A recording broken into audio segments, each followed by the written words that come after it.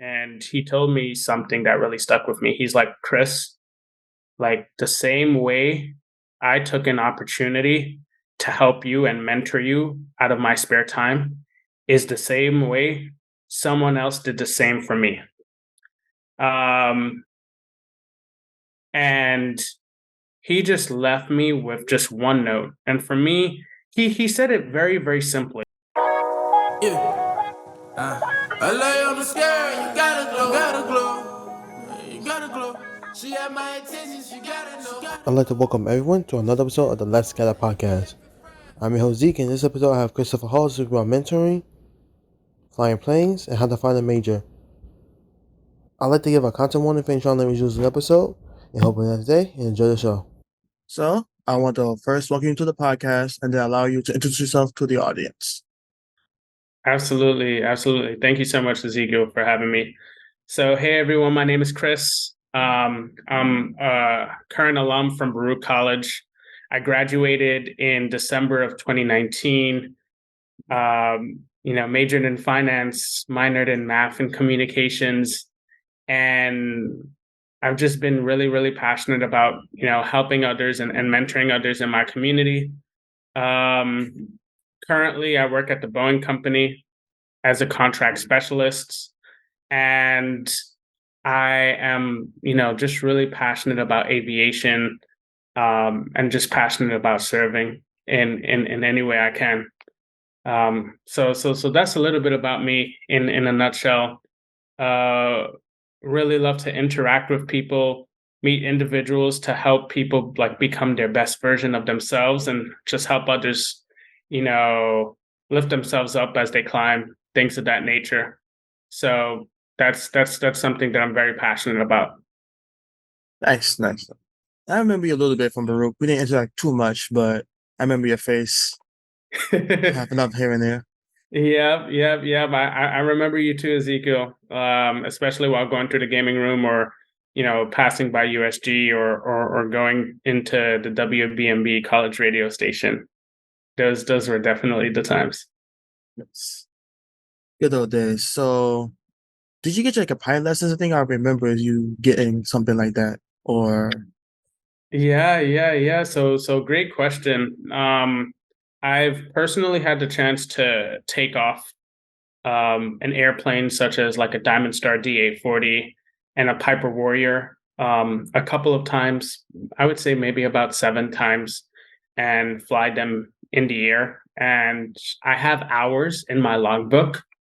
I've taken the written part of the private pilot examination, I guess, test. Like I've completed ground school, but I haven't actually finished like the flying portion of it, and I didn't do my solo yet. Mhm. Yeah. That cost a bit of money. It's about like 10 to 15 G's, and I'm willing to invest in that, but just not yet. Just Yeah, not I yet. guess you. Yeah. I was like 7 times more than me. I'm just like, I stay over here, stay down here. I feel you, man. I feel you for sure. Have you been doing any traveling recently, or you've just been staying local in NYC?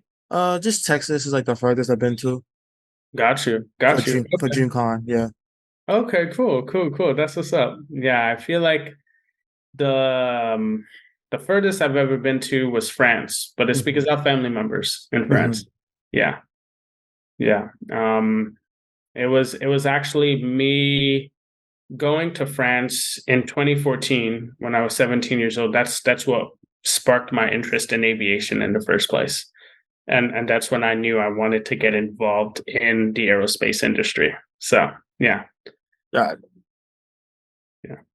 work at Boeing, finance, math, communication. So why finance? Honestly, um, I would have to say, originally when I was in high school and I wanted, when I was in high school transitioning into college, I wanted to do engineering. Um, but I had like really, close mentors and just teachers who ended up getting their engineering degree like for their undergrad. and they either ended up getting like their MBA or their law degree for like their master's or graduate program. And they were like, hey, Christopher, like you should totally just go for like the business certification side of things because eventually, you will basically they were alluding to and they were saying like you would get like much more credibility and respect like working in corporate and things of that nature.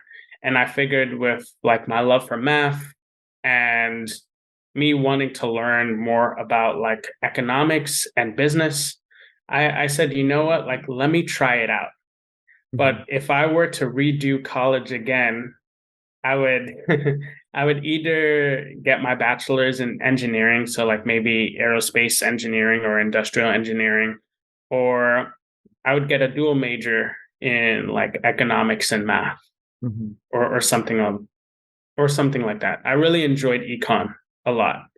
Um, but in all honesty, I would have to say I even though I majored in finance, um I'm really not a big finance, corporate guy who like wants to work on Wall Street or things of that nature. Nothing against Wall Street. Um, but I've just always seen myself more surrounded by, working with individuals, just working with clients in general. So things more so like sales, strategy, business development. Um, and I've always been passionate about just helping others, serving others, like ever since I was young.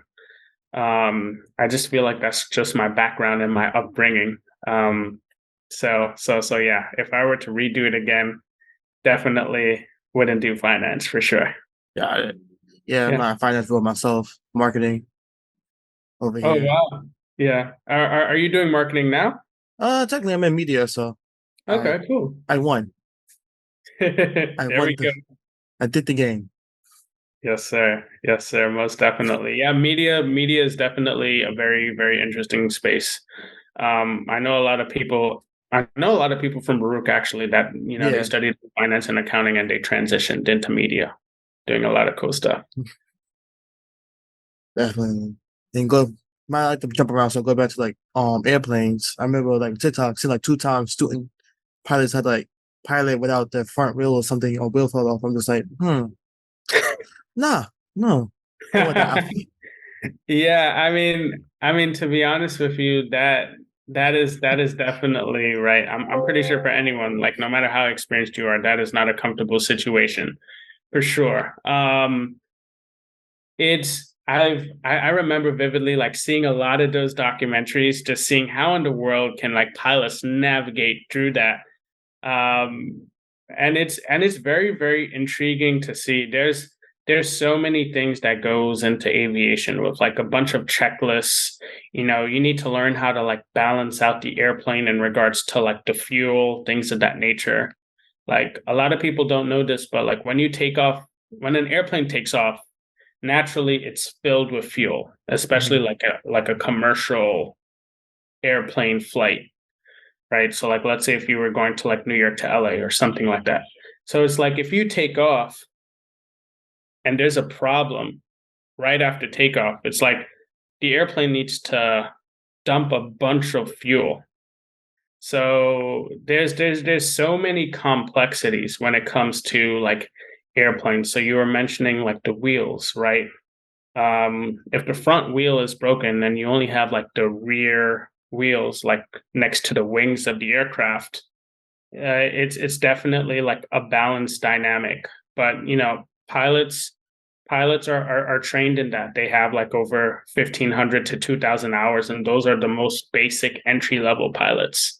So usually most of the time when you fly, you're in pretty good hands. It's very safe. Hope so. And there was a TikTok trend about asking guys if they could in a plane in an emergency. A lot of people said yeah. I mean, in an emergency, I'm gonna do whatever I need to do. Just hopefully I will I- never be there. But yeah, yeah. Of course, absolutely. I mean, it's definitely landing a plane is I would say, in my opinion, it's the hardest part. I think anyone can take off an airplane. Anyone Yeah, can. just go straight and then just pull. Yeah. Yeah, exactly. It's like, push the engine levers all the way up to max thrust, wait until like the takeoff speed is at like V1, which is the required speed to take off, and you just pull back on your yoke, right? Um, but with landing, it's just a lot more complex. It's a lot more complex. There's just so many things involved. So yeah, flying is an art. It really, really is for sure. And just like anything, the more practice you do, like the more takeoffs and landings you do, the better you get at it. So yeah. Got it. And engineering. I thought about doing engineering, but when I got to Baruch, I was like, I'm gonna do. I should have majored 2 times, so finally I landed on marketing. did I feel you, man. Honestly, I don't think maybe maybe it might be different now, but I know like back when we went to college, what, in 2015, right? Like Baruch was never really known for its engineering. Yeah, Yeah. yeah, you have like CIS, Yeah. but there wasn't like a lot of people who ended up going into like Apple, Google, Microsoft, etc. for computer programming or engineering, software engineering. But now like times have definitely changed in that regards.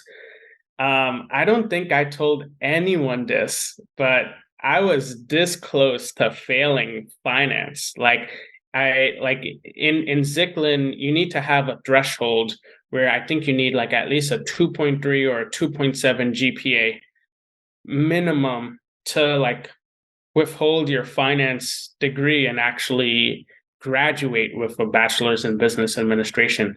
And I was this close to changing my major to corporate communications. I was this close, man. But I'm very, very grateful. It all worked out. And it really just goes to show, like, if something is truly very difficult, just stick it out to the end. Like, ask questions, reach out to people, utilize your network, practice, practice, practice. It's hard. I'm not going to sugarcoat it. Like, I was in the library every single day, but it was worth it. Got it. Yeah, I got a 0 my programming midterms, maybe go to marketing. So, been there, done that. Yeah, yeah, I feel you. What were your prior majors before? It was accounting, which was never going to work. And then it was CIS. Got you. But then I got that 0 in that midterm, and I was like, definitely not for me, at least at this moment. I feel you, man. I feel you 100%. I remember taking a computer programming course, and legitimately there were a couple of times a week that I was up until 2, 3, 4 a.m. in the morning, and like the code wouldn't work. And it was dreadful. I remember that. I don't think I got over like a 76 on a midterm, and I was devastated. I don't know why I was devastated, but I was. I think it was because of the amount of hard work I put into it, and I saw like um it really didn't go anywhere. But I feel you definitely when it comes to accounting, man. I took accounting 2101 and I was like, nope. you know, um, I've a good friend, Zachary. You ended up mentoring, not mentoring him. You ended up having him on the podcast. Yeah. Um, and I vividly remembered I was talking with him. This was like freshman or sophomore year. I'm like, accounting is not it. and he ended up telling me, he's like, same, but I'm gonna stick it through. So you know, it's not for everyone, for sure. Nah. But to switch topics again, so you keep mentioning like helping people. So what does helping people mean to you? It means a lot of things. I guess to start off, for me, I feel like people have different definitions of helping people. For me, I see it as adding value to someone's life or helping to assist them in regards to just helping one reach their goal. But on a deeper level, for me, I consider helping others to be a personal obligation. Um, Personally, I was raised by a single mom. She worked hard as a housekeeper. She's an immigrant from the Caribbean, didn't graduate high school, didn't go to college. So for me, like seeing my mom work so hard and just have a smile on her face and always just be so positive, optimistic, and driven, not only to do the work that she did, but to help others selflessly and to serve others ever since young. Like I just saw how she helped give back. And and for me, it was just like that was the recurring pattern in my life. Like I had like a longtime mentor, like March of next year would be 20 years that I've known him. As I mentioned to you briefly, like I struggled with ADD and ADHD and dyslexia. Like I was super bad at concentration. I was hyperactive. Like after 30 to 45 minutes, I did not want to learn. I wanted to like go up and like play video games, go to the park, like be on my scooter, be on my bike, whatever the case was. And I remember vividly, like my mom was not able to afford him at the rate that he would usually charge the clients for. And he would always take the time to like just go above and beyond to just help me. So like let's say if he was only set to tutor me for like an hour and maybe for like an hour and a half or an hour and 40 minutes, or he would just take the time to ensure that I actually understood something instead of just taking my mom's money. It wasn't transactional. Like you could see the passion and the love and just the care he put into teaching. So just being raised by that in a way, like having him as a mentor and almost really in a way a fatherly figure in my life, and just going through like elementary school, middle, junior, high school, college, etc., and just having him, just as a support system whenever I needed it, that just really instilled in me like the value of giving back. So like for me, I consider giving back to be an obligation because I didn't have much, financially. I didn't have like the fanciest things growing up as a kid, but I've always had people that went out of their way to help me, to help my mom and I. So like, you know, so that's something very, very personal for me. And in 2017, when I was a junior in college, um, I met a really good mentor of mine. His name is Christopher also. Um, and he works at an investment bank. He was working over 70 plus hours a week. And he still, he told me, he was like, Chris, like, I want you to dress up in a suit and tie and come to my office and like, I'll show you how to network. And the thing with him was he didn't want to just like give me a job or give me an opportunity to interview. He wanted to show me from square one, like just like step one, how to connect, how to network with people, how to shake people's hands, how to interact with others. So I was a really shy, reserved kid. I was super timid. Like I didn't talk to anyone. And slowly but surely over the past 2.5 months, I was able to learn from him, get outside of my comfort zone. I would see him maybe like twice a week. And he would give me like strategies and tips that I could use. And I just kept on trying and trying and trying and trying and trying. And I kept on applying to places, getting rejected, learning, or applying, getting opportunities to interview, then getting rejected, then learning from my mistakes. And I kept on just repeating the same process. Like my mindset, my mentality was hey, when someone tells me no, I say next until I find my yes. That was what was inside of my heart. And I knew deep down that like Boeing was the company that I was really passionate about. And it ended up coming down to two companies. Like out of maybe 50 companies that I applied to, I got, opportunities to interview for maybe about 15 of them, 1 5. And I was extended offers by two companies, Morgan Stanley and Boeing. And I chose Boeing.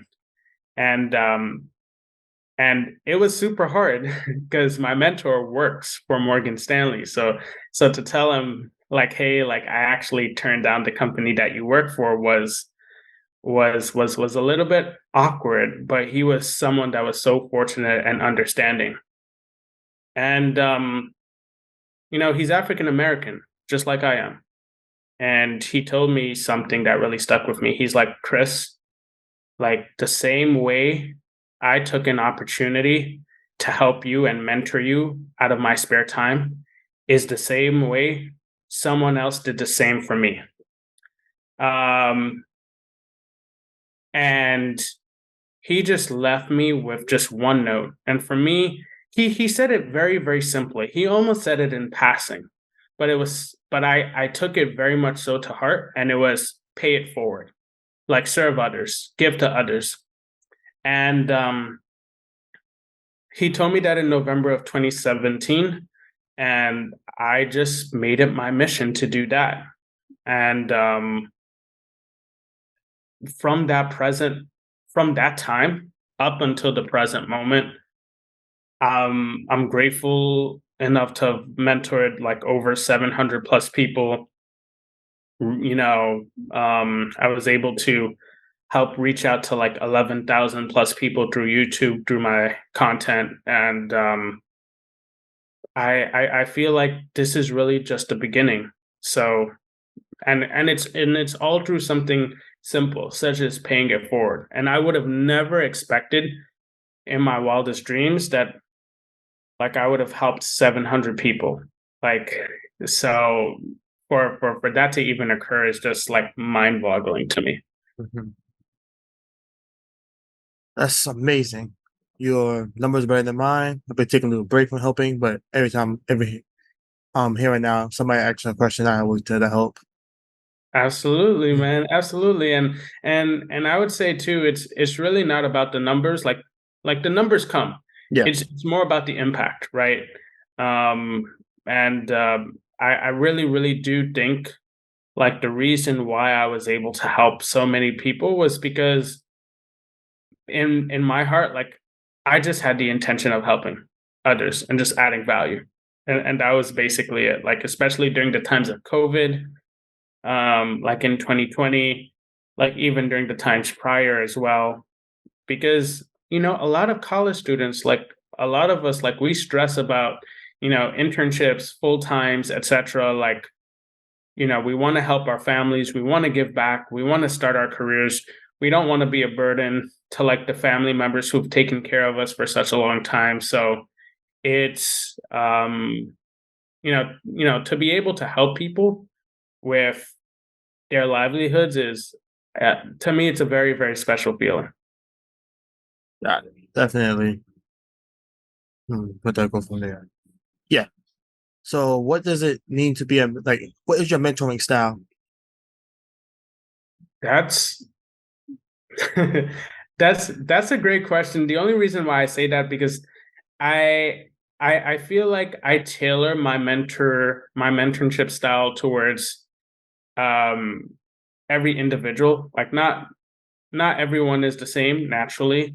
Um but also the way people learn is different. What I love to do is I love to first start off by genuinely understanding what is that person's why. What is what is that individual's core value? What are they passionate about? What are they intrigued by? Why do they want to like apply to a specific role or a company?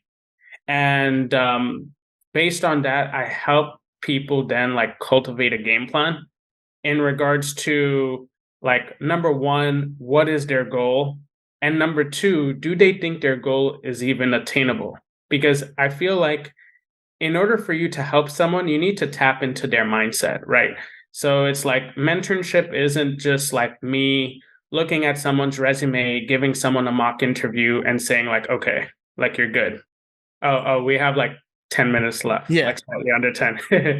So, what I usually like to do is I just love to tailor it towards, um, you know, helping others really discover their why, and after just take it from there. I think that's super crucial, and that's what I love to do. If it goes out, we can always come back to the same link. But seeing with the conversation, I mean, definitely, I'm more not like I have a style because that's I'm more reserved, laid back, so that's more my style. So like, I don't fit for everybody, which is reasonable and understandable. So Absolutely, I'm never mad if I'm not a perfect fit for somebody because exactly.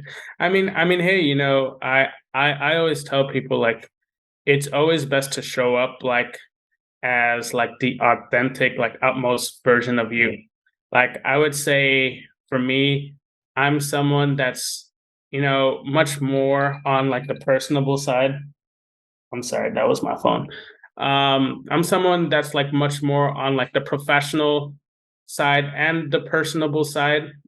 More so leaning towards like professional. Like a lot of people are like, Chris, like you're very, very stoic, you're very professional. But I feel like once people get to actually understand my mentorship style and just who I am as a person, they get to see like, okay, like wow, like this person is very personable in their approach as to how they mentor.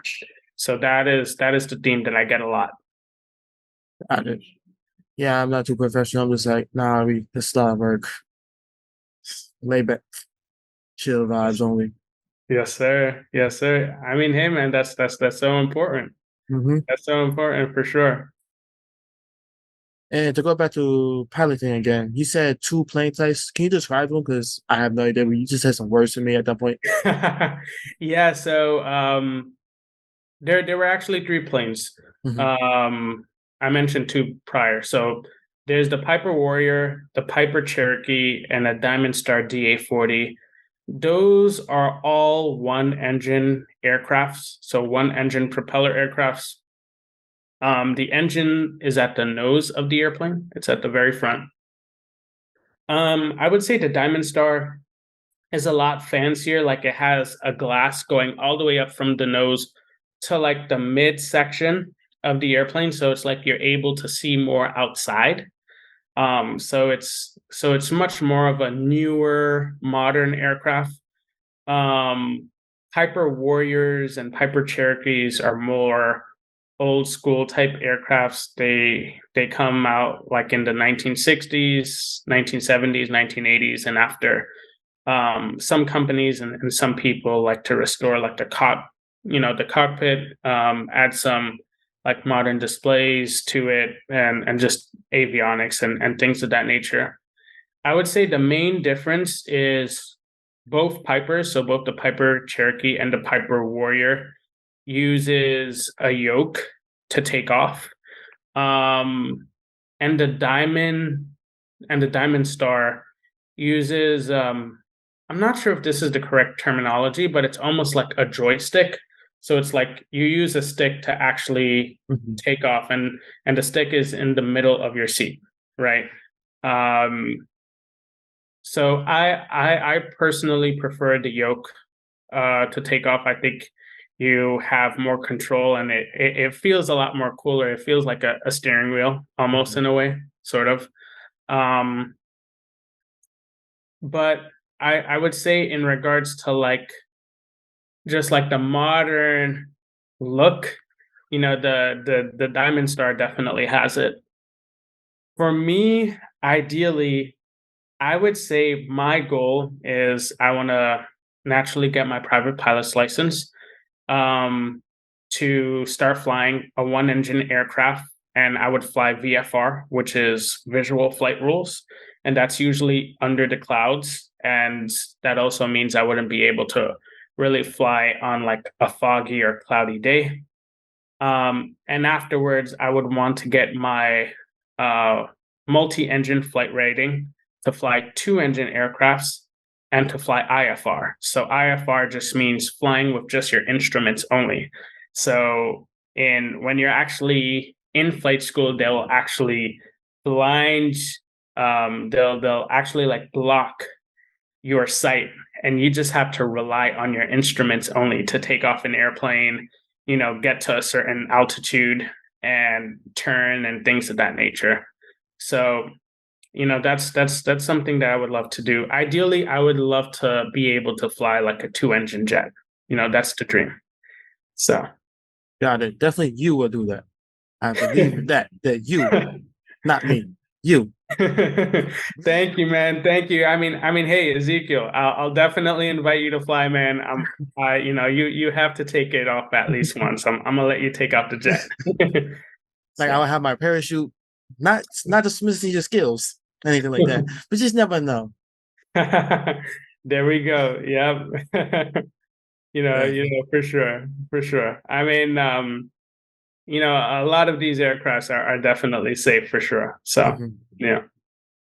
We just finished off talking about your goals of flying two engines and then not just under the clouds, but above the clouds and with just your instruments. Yep, yep. I would say that's a really big goal of mine.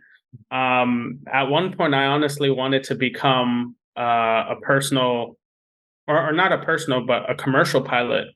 Um, but I was thinking about it, and I'm like, huh, do I really want to feel jet lagged and just have like weird sleep schedules and just be almost like dependent on the schedule of an airline and just be subject to delays? I told myself it would be really lucrative, but Mhm. at least in regards to experiences and traveling. Um, but I don't see it like necessarily being for me per se. Oh, this is a mosquito near me, so that's why I'm Oh, jumping. oh, no, no, no, no worries. I saw you dodging a little bit. I'm like, yo. I was like, ah, Yeah. but Um, that's definitely. I remember one time, the second time I was on a plane, I seen the pilot, and he was like tall and in shape. I was like, ah, we are good. We are in great hands. yep, for sure. I mean, pilots are usually like just super, super serious about what they do, and they have to be just in regards to sleep schedule. In regards to training, pilots are continuously going through so much training. Right, like through an airline, through just like certification boards, through a wide array of things. And a lot of people actually don't know that in order for you to be a pilot, it's like you need to go through like so much, um, like just in regards to hoops. Um, like one rule, I believe, and I hope I'm not butchering this. You cannot drink alcohol 8 hours before you fly, even if it's a beer, literally. And that's how strict they are. Another thing too is in order for you to be current, you need to fly, I believe, for like a minimum, and I'm pretty sure I'm butchering this, but I think it's like you need to fly for a minimum of 2 hours once every 30 days, right? So there's a lot of things that you need to do in order to remain current. Because the thing about aviation is that there's a lot of checklists in place, but there's like very, very few like margins of error, right? If there is an aviation accident, it's a lot more catastrophic than someone just, hitting your bumper in a very minor way, right? If you're in a car. So there's a lot that goes into it for sure. Yeah. So when you're in the air, how you know where you at? Because I would look at the land, it just look like land. I'm just like, ain't no buildings and no street signs. Yeah, so usually you have like you have GPS, you have automation inside of the aircraft, and you have like your longitude and latitude Sorry if you hear an alarm in the background. It's type of annoying. um, but yeah, you have your longitude and your latitude units. And also you are in contact with like air traffic control very often. So it's like for example, like if you're going from like New York to Georgia, right? Every, I don't know, every couple of minutes or a couple of hours, you need to contact like a certain city's airspace to like let them know that you are passing through. So like for example, you would like do a call such as good afternoon, Diamond Star DA40 Delta Sierra, like passing through Charlotte's, North Carolina at flight level 230, which is 23,000 feet, bound for Atlanta, Georgia, or something like that. So it's like you are always like ensuring that people know that you are at that airspace. There's also like a GPS that like notifies you of other aircrafts that are at certain airspaces. And also air traffic control notifies you and says like, oh, there is like an airplane that will fly above you, like in like 10 minutes or something like that. So it's like you're always notified, you're always on the alert. And that's so important. So yeah, it's a combination of communication alongside with GPS. Got it. And before that, they would just know. They were just like, read on the map, like we look like we here. Like this water. It should be. Honestly, like a part of me really does wish like I learned how to be a pilot like in the 70s, 80s, if I was born around that time, just because like pilots just had to be so much smarter and just like more intuitive. Like at least when it comes to like reading a map, when it comes to directions, when it comes to how to handle the radio and things of that nature. It was definitely just a lot more smoother back then. Pilots were able to easily like pick up on patterns and just realize navigational directions just a lot more quicker. And it's like when you relay or when you rely rather on technology is an amazing thing. Like it helps save you so much time, but also at the same time, like you're not thinking as much about certain things. So yeah, there's that. In full transparency, I don't even know how older pilots did it. They were tech geniuses. Cool. So if it was me up there, I'll be the Vin Diesel of pilots. I'd be like, all my problems solved with the airplane, but I'm not gonna be up there. So, There we go. Yep. so is there anything else you want to go over before we end this? Yeah, so I just wanted to leave an inspiring message for the people just to say like, hey, if you have like any dreams, any form of aspirations, please 100% do not hesitate to go after it. As cliche as it sounds, right? No one is going to believe in your dreams as much as you do, right? Because everyone goes through challenges and life experiences, and a lot of people, based on their experience, whether positive or negative, can really like project that onto you. So if you have a dream, always surround yourself with like positive, loving, inspiring people that will motivate you to go that extra mile, that will motivate you to take that next step, right? Another thing is don't let any form of like disability define you, whether it could be like a learning disability, a mental disability, a physical disability, whatever the case is, right? There are a wide array of resources out there to tap into, and there are amazing people to tap into, thanks to the internet, thanks to technology. so you are able to go after your goals, so you are able to go after your dreams. So never ever sell yourself short ever, because life will throw its challenges. And if you don't believe in yourself right now, surround yourself with people that do believe in you. Like, listen to affirmations. If people are bringing you down, find new friends. If individuals are not really as excited about your goals of wanting to become like the best version of yourself, you know, respectfully take the time to limit, yourself with them, and find new friends. It's so important to uplift yourself, because life will throw curveballs. So that's something that I wanted to end with. If you want to like learn about like um helping others, or aviation, or anything like that, please don't hesitate to reach out to me, or Ezekiel. I know Ezekiel would be more than happy to provide, my links to like my LinkedIn and everything. So yeah, just wanted to say thank you so much for having me, Ezekiel. Really Thank you. appreciate it, brother. Thank you again for joining.